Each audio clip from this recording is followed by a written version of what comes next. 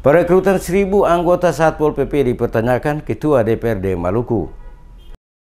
Perekrutan lebih dari 1.000 orang yang menjadi anggota Satuan Polisi Pamong Praja Satpol PP yang dilakukan oleh Wakil Ketua DPRD Maluku, Richard Rahakbau, akhir-akhir ini hangat diperbincangkan berbagai kalangan, mulai dari rakyat biasa hingga akademisi termasuk Ketua DPRD Maluku, Edwin Adrian Huwae. Perbincangan perekrutan Satpol PP yang dilakukan RR dinilai syarat muatan politik karena tidak dianggarkan dalam APBD Provinsi Maluku. Kebijakan RR sapaan akrab untuk Richard Rahakbau dianggap tidak rasional, mengingat saat ini Pemda Provinsi sementara mengalami defisit anggaran sebesar 177 miliar rupiah yang menjadi utang pihak ketiga. Ketua DPRD Maluku Edwin Adrian Huwae mengatakan apa yang dilakukan oleh seorang Richard Rahakbau adalah salah karena perekrutan PNS harus melalui mekanisme sesuai yang diatur dalam Permendagri nomor 14 tahun 2016. Huwae mensinyalir sekaligus kebijakan perekrutan anggota Satpol PP dengan menggunakan dana aspirasi sebesar 32 miliar rupiah merupakan kebijakan kong kali kong antara RR dengan pihak eksekutif.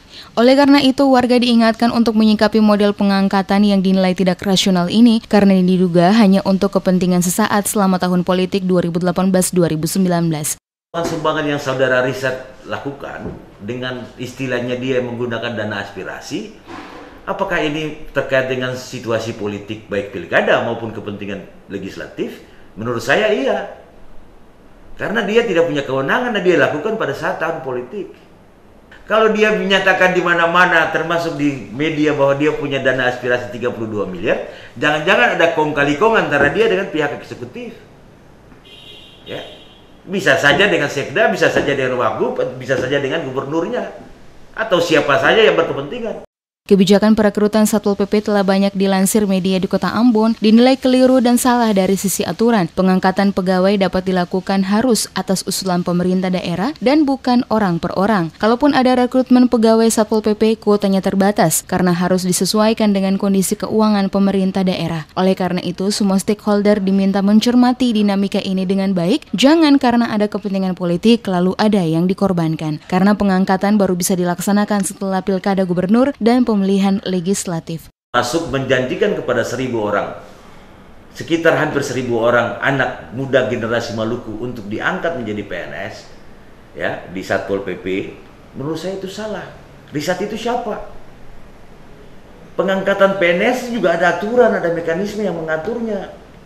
Tidak serta-merta datang panggil orang lalu jadi. Kelakuan seperti ini yang salah dan membodohi masyarakat ini harus diinterupsi. Sebagai Ketua DPRD, tugas saya untuk menginterupsi dia agar jangan dia melakukan satu perbuatan yang salah dari sisi aturan, dan yang kedua membodoh-bodohi masyarakat. Sebagai informasi, dilansir dari salah satu media lokal edisi 3 Mei 2018 kemarin, Sekretaris Satpol PP Pemprov Maluku Margareta Unawe telah menegaskan tidak tahu menahu dan tidak ada perekrutan anggota Satpol PP tahun 2018. Bahkan Kepala Badan Keuangan Daerah Setda Provinsi Maluku, Lutfi Rumbia, juga menegaskan tidak ada anggaran dalam APBD Maluku tahun 2018 untuk membiayai pengangkatan anggota Satpol PP yang baru. Kepala BKD Maluku Femi Sahetapi juga menegaskan tidak ada rencana penerimaan tenaga honorer untuk Satpol PP tahun ini. Justru ada penerimaan ASN tetapi jumlahnya sesuai dengan kuota dan yang diterima melalui tes khususnya untuk bidang kesehatan, pendidikan, dan tenaga teknis lainnya. Sedangkan honorer untuk Satpol PP tidak ada, apalagi mau direkrut lebih dari 1.000 orang.